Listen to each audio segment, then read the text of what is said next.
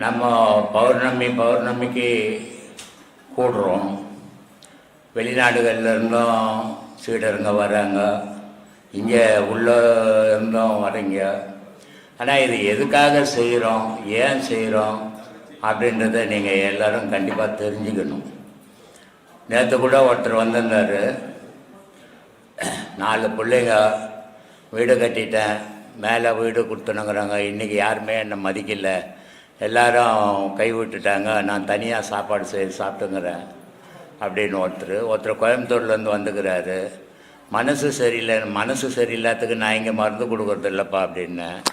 இல்லை, நான் உபதேசம் வாங்கிட்டு போகலான்னு வந்தேன் அப்படின்றாரு. காலங்கள் கடந்து நான் ஒவ்வொரு வீடியோவிலையும் சொல்லின்னுக்கிறேன், குடும்பத்தை கைவிடவே கூடாது. கைவிட்டோம்னா நம்ம மனுஷன்றதுக்கு தகுதி இல்லாத போயிடுவோம். எந்த நிலையிலும் குடும்பத்தை விடக்கூடாது. நம்ம பொண்டாட்டி புள்ள குட்டி நம்மளை நம்பி தான் வந்தது. அப்போ அதை நம்ம காப்பாற்றணும். ஆனால் வாழ்க்கைன்றது அது மட்டுமே இல்லை, நம்மளையும் நம்ம காப்பாற்றிக்கணும்.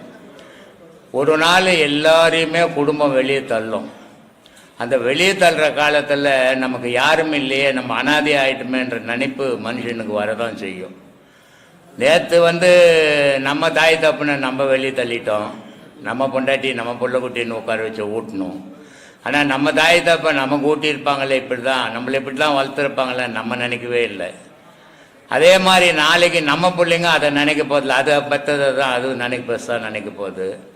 அது மாதிரி நேரத்தில் கடவுளில் நினைக்கிறதும் நம்மளை நினைக்கிறதும் அந்த தைரியத்தை உண்டாக்குறதும் இந்த ராஜயோகம் மட்டும்தான் காப்பாற்றும். மற்றது எல்லாத்தையும் கலக்கம்தான் உண்டாகும்.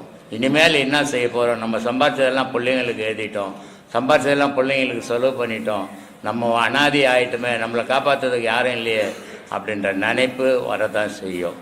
அந்த நினைப்பு வரக்கூடாதுன்னா நம்ம இளமையிலேயே போகணுமே தவிர, இதை எல்லாத்தையும் நான் 2 பிள்ளைங்களுக்கு கல்யாணம் பண்ணிட்டு வந்துடுங்க, எனக்கு இந்த குடும்ப பிரச்சனை இருக்குதுங்க, இதை தீர்த்துட்டு வந்துடுனா, நீ தீர்த்துட்டு வரும்போது உன்னுடைய நிலைமை சரியில்லாத போயிடும். நீ பாடம் பண்ணால் கூட முடியாத போயிடும். ஏன்னா இந்த பாடம் பண்ணணும்னா மனசு நிற்கணும்னா நீ அமைதியான நிலையில் இருக்கணும். அப்போ தான் வீட்டில் பிள்ளைங்க அடித்து, பொண்ணு அடித்து, பொண்டாட்டி திட்டி, பிள்ளைங்க திட்டி நீ இந்த பாடத்தை வாங்கிட்டு போனால் கூட உன்னால் செய்ய முடியாது. அதனால தான் நான் சொல்கிறது, இளமையிலே இந்த பாடத்தை வாங்குங்க. இதனால் ஒன்று காட்டுக்கிட்டு ஓடி போக மாட்டேங்க. யாரும் இதை பயப்பட வேண்டிய வேலையே கிடையாது, பயப்படுற விஷயமே கிடையாது. கடவுளை வழிபாடுறதில் உண்மையாக கடவுளை வழிபடணுன்னா முதல்ல தன்னை தேடணும். தான் யாருன்னு தெரியாத கடவுள் யாருன்னு யாராலையும் கண்டுபிடிக்கவே முடியாது. எவனாவது கண்டுபிடிச்ச உண்டா அப்படின்னா மகான்களால் தான் முடியும். மகான்கள் முதல்ல என்ன பண்ணாங்க, தன்னை தேடி எடுத்தாங்க. தன்னை தேடின பிறகு தான் கடவுளே தெரிஞ்சது. அது மாதிரி நீங்கள் உங்களை தேடி எடுத்தீங்கன்னா கடவுள் தெரியும், கடவுளுடைய அனுகிரகம் கிடைக்கும், தைரியம் வரும். யார் தெய்வம் தேவையில்ல, நமக்கு இறைவன் இருக்கிறான்ற பயம் போயிடும். அதனால் தைரியமாக இதை எல்லாரும் இளமையிலே வரணும். அதுக்கு தான் நான் இவ்வளவும் பேசினுக்கிறேன். இன்றைக்கி பல நாடுகள்லேருந்து பல இதிலேருந்து வராங்க. இந்த பாடம் பண்ணணும், உண்மையான நிலையை அடையணும்னா மனசு அமைதி பெறணும். மனம் போய் ஆன்மாவில் சேர்ந்தால் மட்டும்தான் ஞானம் தெரியும். மனமாக இருந்து ஆன்மாவாக இருக்கிற வரைக்கும் ஞானம் தெரியாது.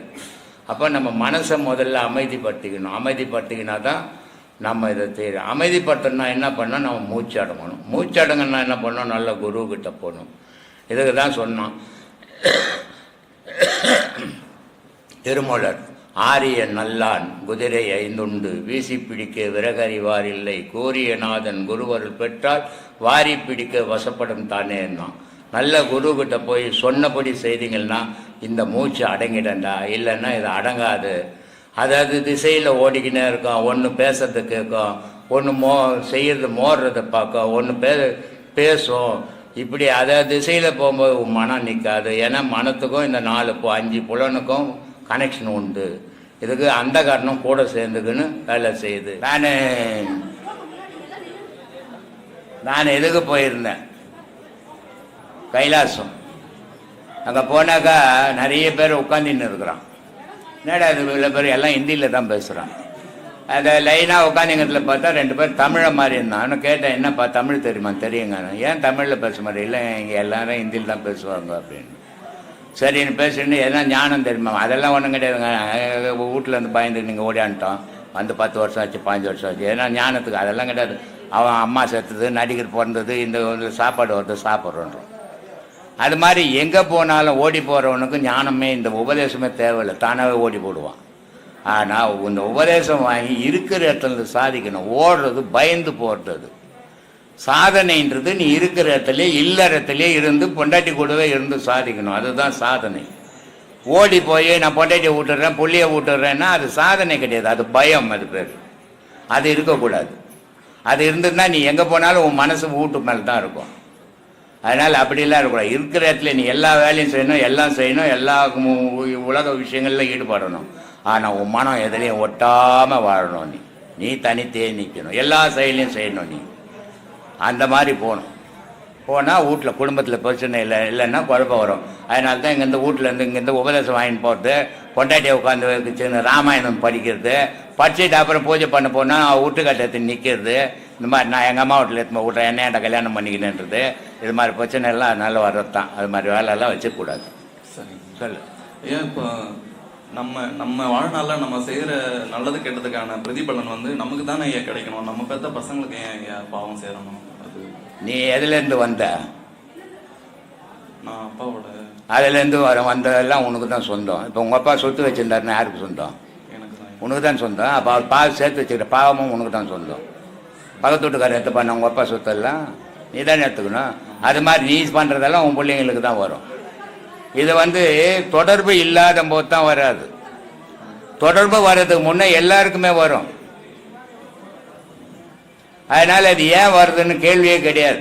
அதனால தான் சொல்கிறது, அபிமன்யு வயிற்றில் இருக்கும்போது கிருஷ்ண பரமாத்மா சுபதிரை கிட்ட சொல்கிறாங்க, மகாபாரதத்தில் துரோணர் பீஷ்மர்னுடைய இது யூகத்தை உடைக்கிற ஆற்றல் வந்து அர்ஜுனனுக்கு தான் உண்டு, வேறு யாரும் உடைக்க மாட்டாங்க அப்படின்னு. அப்போ அது எப்படி உடைப்பாங்கன்னு கேள்வி கேட்கும்போது சுபதிரைக்கு சொல்லின்னு வர்றாரு. சுபதிரை தூங்கிட்ட உடனே அபிமன்யு கேட்டுன்னுக்கிறான் வயிற்றுலேருந்து. பிறந்த உடனே அந்த அபிமன்யு கிருஷ்ண பரமாத்மா சொன்ன மாதிரி உள்ளே போயிட்டான், வெளியே வர தெரியாத மாட்டி செத்து போகிறான். அது மாதிரி கர்ப்பத்திலேயே அந்த குழந்தைங்களுக்கு அந்த உணர்வு வந்துடும். அப்போது கர்ப்பத்திலே உணர்வு வந்தது, மற்றவன் சொன்னதே கேட்கும்போது அந்த விந்துலேருந்து வந்ததுக்கு அந்த பாவ புண்ணியம் வராதா? அப்படி வர்றதுதான். ஒவ்வொரு தாய் தாப்பனுடைய விந்துலேருந்து பிறக்கிறதுக்கு முன்னாடி அவன் என்னென்ன செய்தானோ அத்தனை இவனுக்கு சொந்தம். இவன் பிறந்து இவன் வளர்ந்த பிறகு இவன் செய்கிற பாவ புண்ணியம் இவனுக்கு சொந்தம், தாய் தாப்பு வந்து வராது. சொல்லு. அந்த பாவத்தெல்லாம் தீர்க்கறதுக்கு ஒரே வழி இதில் மட்டும்தான் தீர்க்க முடியும். எந்த உலகத்தில் பாவம் பண்ணியோ அந்த உலகத்திலே புண்ணியத்தை பண்ணணும். பண்ணினா தான் சமமாக ஆகும். அது நீ அதை விட்டுட்டு அவங்க பாவம் பண்ணிட்டான், அதை முடிஞ்சு போச்சு, இனிமேல் நான் அதெல்லாம் செய்ய மாட்டேன்னா அது இருந்துக்குன்னு தான் இருந்துக்கு இருக்கும். சொல்லு. அதனால் செய்தது நன்மை. நம்மளால் இப்போ ஒரு 1000 ரூபாய் நான் சம்பாதிக்கிறேன், ஒரு 500 ரூபாய் உலகத்துக்காக செய்துடுறேன், ஒரு 500 ரூபாய் என் குடும்பத்துக்காக செய்துக்கிறேன். அப்போ நான் எங்கே பாவத்தை பண்ணணும் அங்கேயே நான் புண்ணியத்தை பண்ணிடுறேன். அப்போ எனக்கு நான் சமமாக ஆயிடுறேன். அந்த மாதிரியான மனோபாவத்தை ஏற்படுத்திக்கணும். அதுதான் ஆன்மீக வழி. ஆன்மீகம்ன்றதே என்ன? அடுத்தவனுக்கு கொடுத்து வாழறது ஆன்மீகம். அடுத்தவங்ககிட்ட இருந்து எடுத்து வாழறது அது மிருக வாழ்வு. மனிதன்றவனை கொடுத்து வாழறவன் தான் மனிதன், எடுத்து வாழறது மிருகம். மிருகம் மாதிரி வாழக்கூடாது. இவ்வளோ நாள் எப்படி ஒன்றா வாழ்ந்துடலாம். இனிமேல் நமக்கு இந்த பக்குவம்லாம் தெரிஞ்ச பிறகு மனிதனாக வாழ பழகுங்க. பார்க்கறதுக்கு எல்லாரும் மனித மாதிரி இருப்பான், ஆனால் குணங்கள் மனித மாதிரி இருக்காது, மிருகம் மாதிரி இருக்கும். அதனால தான் நான் சொல்கிறது, மனித மாதிரி இருக்கிறது பெருசு இல்லை, மனித மாதிரி பழகுங்க அப்படின்றது. அதனால் மனிதனாக மாறும்போது மனோபாவம் பக்குவப்படும் போது எல்லாம் ஒன்று தான் அப்படின்ற நினைப்பு உண்டாகும். ஆதியில் வந்து போன பிறப்பினுடைய நோக்கமே இந்த பிறப்பில் உனக்கு தெரிஞ்சிருந்ததுன்னா உலகம் இந்நேரம் இருந்திருக்காது. ஒருத்தன் வெட்டி கொண்டுட்டு இருப்பான் எப்போவோ. இது இந்த உடல் இருக்கிற வரைக்கும் தான் இந்த பிறப்பில் நீ என்ன செய்துன்னுக்கிறேன்னு தெரியும். இந்த உடல் விழுந்த உடனே அது மறந்து போயிடும். அது மறந்தால்தான் உலகம் இருக்கும். மறக்காத ஞாபகம் இருந்ததுன்னா உலகமே இருக்காது. அதனால் யாருமே எதையுமே தெரிஞ்சிக்க முடியாது. தெரிஞ்சுக்கிறதெல்லாம் ரகசியம், தெய்வ ரகசியம்னு பேர். அதை தெரிஞ்சுக்கிற நாள் வரும். எப்போ வரும்? அதை தான் அவ்வைக்கிட்ட கேட்குறாங்க, அம்மா நான் முப்பிறவினுடைய நிலையை பற்றி தெரிஞ்சுக்கணும் அப்படின்னு. சரி, முப்பிறவினுடைய நிலையை பற்றி தெரிஞ்சுக்கலாம். இப்போ நீ வந்து ஞானியாக ஆயிட்ட, முப்பிறவியில் போன பிறவியில் வந்து நீ பணக்காரனாக இருந்த, இப்போ ஞானத்தை விட்டுட்டு திருப்பி பணக்காரனாக போவிய, போக மாட்டேன், அப்புறம் எதுக்கு பாது அப்படின்னு. அது மாதிரி நம்ம போன பிறப்பில் என்ன வரணும், இப்போ எதுக்காக வந்துக்கிறோம், என்ன செய்துக்கிறியோ அதுக்காக வந்துக்கிற நீன்னு அர்த்தம். இப்போ நீ என்ன செய்துன்னுக்கிற, நீ அதுக்காக தான் வந்த, அது இல்லைன்னு சொன்னால் நீ இந்த செயலை நீ செய்ய மாட்டேன். அதனால் எல்லா மனிதர்களும் எதுக்காக வந்தான், பூமியில் ஜனனம் பண்ணணும்னா மரணம் அடைவான். ஜனனமும் மரணமும் இயற்கை. இந்த ஜனன மரணத்துக்குள்ளே இறைவன்ற ஒன்று ஒருத்தனை பிடிக்கணும். அதுக்காக மனித அனுபவமும் மனிதன் வந்து அடுத்தவனுக்கு நன்மையை சொல்கிறதுக்கும் அந்த அனுபவத்தை எடுத்து அடுத்தவனுக்கு விளக்கிட்டையும் மறையிறதுக்கு தான் மனிதனும். மற்ற ஜீவராசி பேசாது, மற்ற ஜீவராசி ஒருத்தர் நடத்தாது. உலகம் உற்பத்தி கடவுளுக்கு அடுத்தபடி மனிதனுடைய வாழ்வு. மனிதன் எதுக்காகன்னா கடவுளை பற்றி பேசணும், அதுக்காக படைக்கப்பட்டவன் தான் மனிதன். ஆனால் இவன் கடவுளை பற்றி பேசாத, இவனை பற்றி பேசிக்கிறான், தன்னை பற்றி பேசிக்கிறான், தான் குடும்பத்தை பற்றி பேசிக்கிறான், உலகத்தை பற்றி பேசிக்கிறான். அதெல்லாம் முக்கியம், கடவுளை பற்றி பேசணும். ஆனால் அந்த கடவுளை பற்றி பேசுறது உண்மையான பேச்சாக இருக்கணும், பொய்யான கடவுள் பிரச்சாரமாக இருக்கக்கூடாது. அதுக்காக வந்தது தான் மனித உடல். அந்த நோக்கம் ஒருத்தன் குழந்தையா பார்த்தான் கடவுளைன்னா அது குழந்தையாவே காட்சி கொடுக்கும். ஒருத்தன் முதியவராக பார்த்தான்னா ஒருத்தனுக்கு முதியவராகவே காட்சி கொடுக்கும். எவன் ஒருவன் எதை நினைக்கின்றானோ அவன் ஒருவன் அதுவாக ஆகின்றான். கடவுள் அப்படி தான். எந்த ஞானி எதுவாக நினைச்சாரோ கடவுள் அதுவாகவே காட்சி கொடுப்பாரு. அதனால அதுக்கு ஏற்ற மாதிரி சொல்ல, ஒருத்தன் கண்ணன்வார், ஒருத்தன் முருகன்வார், ஒருத்தர் சிவன்வார், ஒருத்தர் அம்பாள்ன்வார். ஆனால் எல்லா பொருளும் ஒரு பொருள் தான். அது இவனுடைய நினைப்புக்கு ஏற்ற மாதிரி. இப்போ நீ உன் வீட்டில் 4 குழந்தை பிறந்து 4 குழந்தைக்கு ஒரே பேர் வைப்பியா, வேறு பேர் வச்சுப்பில்ல, அது மாதிரி தான் கடவுள் கொடுப்போம். அது ஆகிப்போச்சு. இந்த பஞ்சபூதம் சேர்ந்து தான் நம்மளெல்லாம் உருவாக்குச்சு. நம்மளை கடவுளை எந்த கடவுளும் யாரையும் உருவாக்குறதே கிடையாது. கடவுளை யாரும் உருவாக்குறதே கிடையாது. எல்லாமே இயற்கை. இயற்கையிலேருந்து தான் வந்தோம், இயற்கையாகவே இறந்து போயிடுறோம். இங்கே வந்து கடவுள்ன்றது மனிதனுக்கு மட்டும்தான் உணர முடியும். இந்த மனிதன் மட்டும்தான் கடவுளை அடைய முடியும். ஏன்னா மனிதனுக்கு தான் 6 ஸ்தானங்கள் இருக்குது. மற்ற ஜீவராசிக்கு அந்த மாதிரி ஸ்தானம் கிடையாது. அதுக்கு உயிர் மட்டுங்கிறது மனம் இல்லை. அதனால் அதுக்கு வீடு வாசல் பொண்டாட்டி புள்ளக்குட்டி பந்த பாசம் அதெல்லாம் இல்லாமல் வாழுது. மனிதனுக்கு மனம் இருக்கிறதால இந்த பாசத்திலெல்லாம் மாட்டிக்கின்னு பந்தத்தில் மாட்டிக்கின்னு அவன் கடவுளை வந்தவன் கடவுளை அடைய முடியாத அவதிப்படுறான். அதனால் கடவுள்ன்றது ஜாதிக்கு ஒரு கடவுள், மதத்துக்கு ஒரு கடவுள், தெருவுக்கு ஒரு கடவுள், ஊருக்கு ஒரு கடவுள் எல்லாம் கிடையாது. உலகத்துக்கு ஒரே கடவுள். அது பேரொளி, ஒளியும் ஓசையுமாகுது. அதுக்கு உருவமற்ற பொருள். அதுதான் கடவுள். அந்த உருவமற்ற உயிர் தான் உனக்கு இருக்குது. உன் உயிருக்கு ஏதாவது அடையாளங்குதா? உன் உடலுக்கு அடையாளங்குது, உயிருக்கு அடையாளங்குதா? யார் உயிருக்காவது அடையாளங்குதா? எடுத்து காட்ட முடியுமா? காட்ட முடியாது. அப்படிப்பட்ட பொருள் தான் ஆன்மாவுக்கு அடையாளங்குதா? என்ன ஒரு நண்பர் கேட்குறாரு, ஒரு சீடர்.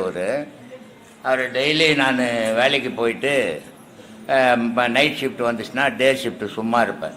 அப்போ சும்மா இருக்கும்போது அவர் கடை வச்சுருந்தார், அவர் பேப்பர் கடை, வெத்தலைப்பாக்கு கடைலாம். அங்கே போய் உட்காருவேன். அவர் டெய்லி என்ன கேள்வி கேட்பார், பதில் சொல்லுவேன். திடீர்னு ஒரு நாள் போகும்போது அவர் கேட்குறாரு, விஞ்ஞானம் வந்து சொல்லுது மனுஷனுக்கு மூளை தான் எல்லாத்துக்கும் மூல காரணமாக இருக்குது, மூளையால் தான் உலகம் மனுஷனை இயங்குறான் அப்படின்னு சொல்லிட்டு. அவர் நான் எதிர்பார்க்கவே இல்லை அவர் இது மாதிரி கேட்பாருன்னுட்டு. அவர் திடீர்னு இந்த கேள்வி கேட்டார். சரி, அவர் கேட்டார், என்ன பண்ணுற பதில் சொல்லி தானே. நான் சொன்னேன், செத்தவனுக்கெல்லாம் மூளையப்பா எடுத்துட்டாங்க அப்படின்னு. உயிரா இல்லை, செத்து போய்க்கிறான். அவங்க தலையிலலாம் மூளை எடுத்துட்டாங்க. எல்லா தலையிலும் தான் மூளை இருக்கிற செயல் புரியலையே. அப்போ மூளை செயல் புரியறதுக்கு ஆன்மான்ற ஒரு பொருள் ஒன்றும், அதுதான் சிவம். அந்த ஆன்மா இல்லைன்னு சொன்னால் உன் மூளை வேலை செய்யாது. மூளை வேலை செய்யலாம், உன் உடம்பு வேலை செய்யாது. அப்போது இந்த மூளை வேலை செய்யறதுக்கு என்ன வேணும்? இது எப்படி மாட்டதுன்னாக்கா, இப்போ நம்ம ஒரு ஆசிரமம் வச்சுக்கிறோம். நம்ம ஆசிரமத்தில் மெயின் போர்டு வச்சுக்கிறோம், மெயின் சுவிட்சு வச்சுக்கிறோம், எல்லாம் வச்சுன்னு இருக்கிறோம். ஆனால் இங்கே லைட்டை சுவிட்சை போட்டால் லைட்டை போட்டால் எல்லா லைட்டும் எடுத்து எல்லா ஃபேனும் ஓடின்னு இருக்குது. ஆனால் இதுக்கு ஆசிரமத்துக்கு லைன் வந்தால் தானே ஓடும். அந்த லைன் வர்றது தான் ஆன்மா. இங்கே இருக்கிறதெல்லாம் மற்ற நம்ம உடலுக்குள்ளே இருக்கிறது, மூளை இருக்குது, மனசு இருக்குது, உயிர் இருக்குது, இதெல்லாம் இருக்கிறது மற்ற பொருள் மாதிரி. அது மாதிரி உலகத்தில் இறைவன் ஒருவனே. ஜாதிக்கு ஒரு இறைவன் கிடையாது. மதத்துக்கு ஒரு பொழப்பு நட்டத்துக்காக வச்சுக்கின்றது தான் மதங்கள்லாம். மதம் ஆதியில் எதுக்காக வச்சான்னு சொன்னால், ஒரு மனிதனுக்கு தனிப்பட்ட மனுஷன் உதவி பண்ண முடியாது, ஒரு அமைப்பு வச்சா உதவி பண்ணலாம் அப்படின்றதுக்காக மதத்தை நிறுவனாங்க. இன்றைக்கி அந்த மதம் மாரி தெரியுது, அது மனுஷனை அழிச்சிக்குன்னு தெரியுது. வேற்றுமையை அன்பை உண்டாக்க வேண்டிய மதங்கள் வேற்றுமையை உண்டாக்கி பகையை வளர்த்துக்கின்னு ஒத்தனை வெட்டிக்கின்னு ஒத்தனை கொண்டுக்கின்னு இருக்கிறோம். மதம் அதுக்காக உருவாக்கப்பட்டதில்லை. மதம் நன்மையை செய்யறதுக்காக உருவாக்கப்பட்டது தான் மதம். அதனால் மதத்தை மறந்துடுங்க, கடவுளை மனசில் ஏற்றுங்க, கடவுளை நினைங்க, கடவுளை அடையத்துக்கு வழி தேடிக்குங்க. அதுதான் இங்கே சொல்லி கொடுக்குறோம். அதனால் அந்த மாதிரி பயணத்தில் போங்க. அதனால் சொல்கிறார் திருமூலர், அதுக்கு ஈர்க்கில் கடவுளே கிடையாதுறான்றார். சொல்கிறார், அதை எப்படி தீயினும் வெய்யான், நெருப்பில் போட்டு கொளுத்தனா அது சாகாது, அதை அழிக்க முடியாது. தீயினும் வெய்யான் புனலினும் தனியான், அது எதுலேயும் அதை ஆற்றிடவும் முடியாது, அதனுடைய வெப்பத்தை குறைக்கவும் முடியாது. அதனால் புலனினும் தனியான் ஆயினும் ஈசன் அருள் அறிவார் இல்லை. இப்படிப்பட்ட கடவுளை பற்றி அறிஞ்சிக்கிறவன் இல்லையடா உலகத்தில் அப்படின்றார். அதனால் ஆயினும் ஈசனை அருள் அறிவார் இல்லை, சேயினும் நல்லான், குழந்தையை விட நல்லவன்டா கடவுள். ஒரு குழந்தைய தெய்வமும் ஒன்றுன்னு சொல்கிறோம், கடவுள் அந்த குழந்தையை விட நல்லதான், அவ்வளோ தங்கமானவனா ஈசன். ஆனால் அதை அறிகிறவன் இல்லை, அதை சொன்னாலும் எடுத்துக்கிறவனும் இல்லை. அதனால் சொல்கிறாரு, ஆயினும் ஈசன் அருள் அறிவார் இல்லை, சேயினும் நல்லான், சேயினும் நல்லான் நனியவன் அன்பர்க்கு தாயினும் நல்லான். பெத்த தாயோட குழந்தையை விட நல்லவன்டா, ஆனால் உலகத்தை பெத்த தாயை விட தங்கமானவனான்டா. அப்படிப்பட்டவனை நம்ம அறிய மாட்டேன்றமேன்னு வருத்தப்பட்டு சொல்கிறார் திருமூலர். இப்படிப்பட்ட தெய்வ வழிபாட்டை நம்ம உண்மையை தெரிஞ்சுக்கின்னு உண்மையில் பயணம் பண்ணணும். போலி வேஷம் போட்டுன்னு பொய்யான கடவுள் வழிபாட்டில் போகிறதுக்கு நம்ம சம்மதிக்கவே கூடாது. நமக்கு அது பண்ணுறவன் பண்ணி போட்டோம், நம்ம பண்ணக்கூடாது அப்படி. ஏன்னா நம்ம எப்போ நிஜத்தை தேடுறோமோ அந்த நிஜத்திலேயே பயணம் பண்ண தெரிஞ்சுக்கணும். அதனால் சொல்கிறார், இப்படி எல்லாம் இருக்குதுப்பா, சொல்லுப்பா. ஐயா, இப்போ ஒரு குழந்தை பிறகுது ஐயா, குழந்தை பிறந்து அது வாயை திறக்கும் போது தான் அது ஆன்மா உள்ள நுழையுன்னு சொல்லியிருக்கீங்க. ஆமா. இப்ப அந்த குழந்தை பிறந்து வாயை திறக்கிறதுக்கு முன்னாடி அதுக்குள்ள உயிர் இருக்கா ஐயா? உயிர் இருக்குமா? ஆன்மா உள்ள நுழையறதுக்கு முன்னாடி குழந்தை பிறந்துடுச்சு, கையில வச்சிருக்காங்க. சரி, அப்ப அதுக்குள்ள உயிர் இருக்கா? தாயினுடைய தொப்புல கட் பண்ணலன்னா உயிர் இருக்கும், இல்லைன்னா அது பிறந்த உடனே கத்துது. எப்படி கத்துது? குழந்தை பிறந்த உடனே கத்துது இல்ல, எப்படி கத்துது? அதுக்கு தொடர்பு இல்லைன்னா கத்தாத. தாயினுடைய தொடர்பு இருக்குங்க கத்துது, அதனால குழந்தை பிறந்து போச்சுன்றாங்க. அதுக்கப்புறம் தொப்புல கட் பண்ண பிறகுதான் அது பிண்டமா மாறுது. அதுக்கப்புறம் தான் ஆன்மா அதுக்கு சுயமா போகுது. அது வரைக்கும் தாயினுடைய உயிரில தான் அது வளர்ந்தது கர்ப்பத்தில். பின்ன உயிர் இல்லாத எப்படி வளரும் ஒரு பொருள்? செத்து போகாது வயிற்றுலையே. ஏன் இந்த விபரீத விளையாட்டெல்லாம் உனக்கு? என்ன இதை தெரிஞ்சு என்ன பண்ண போற? உன்னை பத்தி தெரிஞ்சுப்பான்னா நீ என்ன டாக்டரா படிக்கிற? அதை பத்தி ஆராய்ச்சி பண்றதுக்கு? சரிங்க ஐயா. இப்ப நம்ம இந்த ஆன்மீக சாதகம் செஞ்சுட்டே இருக்கும்போது, தொடர்ந்து செய்யும் போது நமக்கு வீட்டுல இருக்கிற பற்று குறைஞ்சி நம்ம வீட்டை விட்டு போயிடணுன்ற மாதிரி எண்ணங்கள் வருமா ஐயா? இப்ப நம்ம ஆன்மீக சாதகம் அதிகமா செய்ய இல்ல முன்னேற்றம் அடையும் போது நமக்கு வீட்டை எல்லாமே மறந்து எல்லாரையும் மறந்து வீட்டை விட்டு போயிடுற மாதிரி சூழ்நிலை. வீட்டை விட்டு போயிடுற மாதிரி எல்லாம் தோணாது. எல்லாம் எதை பார்த்தாலும் வெறுப்பா இருக்கும், எதை பார்த்தாலும் பொய்யா தெரியும். இவ்வளவு நாள் இதெல்லாம் கண்டு நம்ம மெய்யின்னு இருந்தோம். ஆனா இது இப்போ எல்லாம் எல்லாமே பொய்யா இருக்குது அப்படின்ட்டு. இப்போ ஒரு 2 மாசத்துக்கு முன்ன நார்வேலேருந்து ஒரு அம்மாவும், தர்ஷினின்னு ஒரு அம்மாவும், டென்மார்க்லேருந்து சாந்தின்னு ஒரு அம்மாவும் இங்கே உபதேசம் வாங்கினாங்க. இப்போ அங்கே கும்பாபிஷேகத்துக்கெல்லாம் இங்கே தான் இருந்தாங்க. அதே மாதிரி கனடாவிலேருந்து சிவானிட்டு ஒருத்தர் இருந்தார். அந்த அம்மாவுக்கு 4 உபதேசம் தான் கொடுத்தோம். 10வது வாசல் திறந்துடுச்சு அந்த அம்மாவுக்கு. அந்த மாதிரி என்ன சொல்கிறாங்க, எல்லாமே பொய்யா இருக்குது சாமி, வீடு இல்லை, வாசல் இல்லை, எல்லாமே ஒளியாக இருக்குதுன்னாங்க. ஏன்னா இந்த பொய்யான உடல் இருக்கிற வரைக்கும் பொய்யான தோற்றங்கள்லாம் தெரியும். இந்த பொய்யான உடலை மறந்து உயிர் பார்க்கும்போது எல்லாம் பொய், கடவுள் மட்டும்தான் மெய், நம்ம மட்டும்தான் மெய்ன்றது தெரியும். அப்படி தெரியும் போது மற்றதெல்லாம் வெறுப்பு வரும். அதனால தான் சித்தர்கள் சொன்னான், இந்த உடலை நம்ம என்ன பண்ணுறோம், மெய்யின்னு சொல்கிறோம். ஆனால் அவன் சித்தர் என்ன சொல்கிறான், இதை பொய்யிடான்றான். இந்த மெய்யின்ற உடல் இல்லைன்னா நமக்கு அடையாளம் கிடையாது. ஆனால் அவன் என்ன சொல்கிறான், இந்த உடலை மறந்து ஒரு உயிரோட போகும்போது உடல் பொய்யா போகுது. அதனால காயமே இது பொய்யடா, சிவ காற்றடித்த பையடா, மாயனாராம் குயவன் செய்த மண்ணு பாண்டம் ஓடடா. வெளுத்த நரம்பையும் உளுத்த சதையும் இழுத்து கட்டிய கூடடா, வெந்த சோத்தையும் நொந்த காய்கறி போட்டடைத்த பையடா, காயமே இது பொய்யடான்னா. இந்த வெந்த சோத்தையும் நொந்த காய்கறியும் போடலைன்னு சொன்னால் உயிர்னு ஒன்று இருக்காது. ஏன்னா சுவாசம் வராது, செத்து போயிடுவோம். இங்கே கடவுளுக்கே வேலை எல்லாம் போயிடும். எந்த கடவுளாலேயும் இந்த சோறுன்றது ஒன்று இல்லை, ஆகாரன்றது ஒன்று இல்லைன்னா யாரையும் காப்பாற்ற முடியாது. எந்த உலகத்தில் இருக்கிற கடவுளை அத்தனை பேர் சேர்ந்தா கூட காப்பாற்ற முடியாது. அப்போ மனிதனை காப்பாற்றின்னு இருக்கிறது உணவு. மனிதனை மட்டும் இல்லை, உயிரினங்கள் உலகத்தில் அத்தனையும் காப்பாற்றுறது. புல்லு பூண்டு கூட மழைன்ற நீர் இல்லைன்னா வாழாது. காட்டில் ஒரு மிருகம் இல்லைன்னா, உணவு இல்லைன்னா ஒரு ஜீவராசி கூட காட்டில் இருக்காது. மனிதனுக்கு உணவு இல்லைன்னா மனுஷன்ற உணவு ஒருத்தர் இருக்க மாட்டான். கடவுள் எல்லாம் அப்புறம்தான். ஆதியில் கடவுளாக இருந்தான், இயற்கையை வழிபட்டான், சுழுபட்சமாக இருந்தான், கவலை இல்லாத இருந்தான். ஆனால் இன்னைக்கு அவனுக்கு ஒரு கடவுளை தயார் பண்ணின்னு கும்பிட்டுன்னுக்குறான். அதனால வேற்றுமையை உண்டாக்கி, பகையை உண்டாக்கி, ஒத்தனை அழிச்சு ஒரு நாட்டை ஒரு நாடு அழிக்கலான்ட்டு திட்டம் போடுறான். அப்போ வேற்றுமை வரக்கூடாதுன்னா சமமான மனநோக்கத்தோடு போகணும். இறைவன் ஒருவன் தான்ட்டு போகணும். உன் கடவுள் வேற, என் கடவுள் வேற, உன் தெய்வம் வேற, என் தெய்வம் வேற, உன் மொழி வேற, என் மொழி வேற. இந்த வேற்றுமையை உள்ளத்துக்குள்ளே உருவாகும் போது உனக்கு பகை உணர்ச்சி வரும். இதையெல்லாம் இந்த பாடம் பண்ணும்போது எல்லாம் ஆகும்போது இதெல்லாம் பொய்யா இருக்குதுன்றது தெரியுது.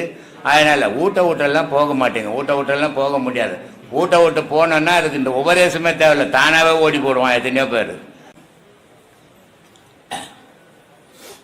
காதில் வண்டு ஓடுது, ஒரே சத்தமாகுது, என்னால் தூங்க முடியல, என்னால் வேறு எதுவுமே செய்ய முடியல, மனசு அது மேலேயே போகுது அப்படின்றாங்க. அதே நேரத்தில் ஒரு மணி அடிக்கிற சத்தம் கேட்குது அப்படின்ட்டு திருமூலர் சொல்கிறார், 10 சத்தங்கள் ஒரு ஞானத்தில் போகிறவன் கேட்டாகணும், அப்போ தான் அவன் முழுமையான ஞானத்தை பெற முடியும் அப்படின்னு. தசநாதம், தசவாய்வு, மனிதனுக்கு 10 நரம்பு, எல்லா நாடி நரம்பு 36,000 நாடி நரம்பு, 76,000 நாடி நரம்பு இருக்குது.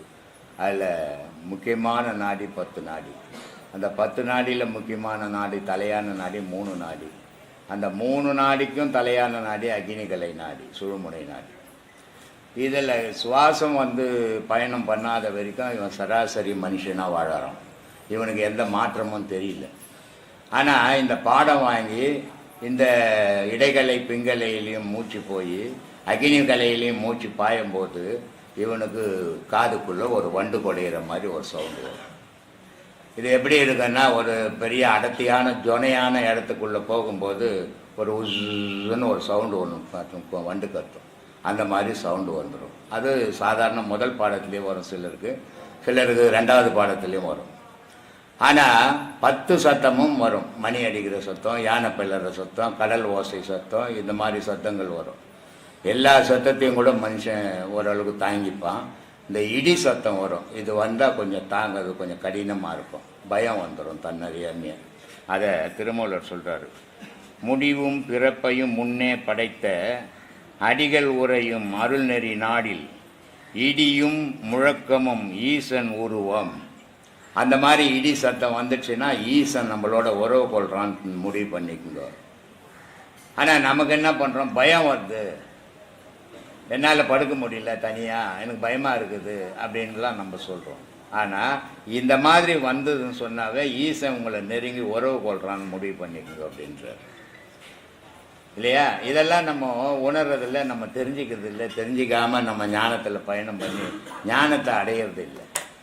அடையாமல் ஏதோ ஞானம் மாதிரி வேஷம் போட்டுன்னுக்கிறோமே தவிர நம்ம உண்மையை உணர்றதில்லை. கடவுள் வழிபாட்டில் போனால் மாறுதல் வரணும். நீ இன்னைக்கு எப்படி போனியோ ஒரு இடத்துக்கு, அதே மாதிரி இருந்தீங்கன்னா அந்த இடத்துக்கு போக வேண்டிய வேலையே கிடையாது. ஆனால் நீ மாறணும், எல்லாத்துலேயும் மாறி இருக்கணும். மாறி இருந்தால் தான் அந்த இடத்துக்கு போனதுக்கு பலன், அந்த பாடத்தில் வந்ததுக்கு பலன். அதனால் சொல்கிறாரு, முடிவும் பிறப்பையும் முன்னே படைத்த. நீ எப்படி ஆக போகிறேன்னு நீ படைக்கும் போதே உன்னை படிச்சிட்டான். நீ உன்னை படிச்சுக்கல, இனிமேல் தான் உன்னை படிச்சுக்கணும் நீ. ஆனால் இதுக்கு முன்னே படைக்கும் போதே நீ எப்படி வாழ போகிற, நீ என்ன ஆக போகிறேன்னு இறைவன் படிச்சுட்டான் உன்னை. அதனால சொல்லிட்டான், முடிவும் பிறப்பையும் முன்னே படைத்த அடிகள் உரையும் அருள்நெறி நாடில் இடியும் முழக்கமும் ஈசன் உருவம் கடிமலர் குற்றம் மலை அது தானே. அது எப்படி இருக்குன்னா மலையை உடச்சி எடுக்கிற மாதிரி இருக்குமா. ஆமாம், அந்த சத்தம் அப்படி எடுக்கும்போது நம்ம தலை சிதற மாதிரி இருக்கும். இது நான் கூட கொஞ்சம் பயந்தான் இல்லை, அது வந்த உடனே வீட்டிலேருந்து எழுந்தெல்லாம் கூட ஓடி இருக்கிறேன். ஆனால் அந்த பயம் அது மாதிரி ஓடக்கூடாது, பயம் வரக்கூடாதுன்னு தான் நான் கொஞ்சம் முன்கூட்டியே எல்லாருக்குமே சொல்கிறது. இந்த மாதிரி பயம் வரும், பயப்படாதீங்கன்னு சொல்கிறேன் நான். இதெல்லாம் இல்லாமல் ஞானம்ன்றது வராது, கடவுள் வழிபாடுன்றது வராது. ஏன்னா அதனால் சொல்கிறார் அகஸ்தியர், விந்து நிலை தனை அறிந்து விந்தை கண்டால் விதமான நாதம் அது குருவாய் போகும். அந்த முள்ள நாதம் அது குருவாய் போனால் ஆதி அந்த மான ஜோதி நீ ஆவாய்ன்றார். இந்த உலகத்தில் உன்னை படைக்கும் போது எப்படி படைச்சானோ இறைவன், அப்படி ஆயிடுவ ஓசையோடையே வாழ்ந்தீனா. ஏன்னா ஜோதிக்கு கூட மனசு அடக்கிற ஆற்றல் கிடையாது, நாதத்துக்கு மனசு அடக்கிடும். அதனால் நாதத்தோட வாழுங்க அப்படின்றாரு. ஆனால் நாதம் வர்றது அவ்வளோ ஈஸி இல்லை. சரியான பாதை, சரியான குருக்கிட்ட போலன்னா அந்த நாதத்தெல்லாம் கேட்க முடியாது. சும்மா வெளியே கேட்குற சவுண்டு தான் கேட்டுக்கணும், உள்ளே கேட்காது. உள்ளே ஒன்றுக்கு மட்டும் கேட்கணுன்னா அந்த மாதிரி போனீங்கன்னா தான் கேட்க முடியும்.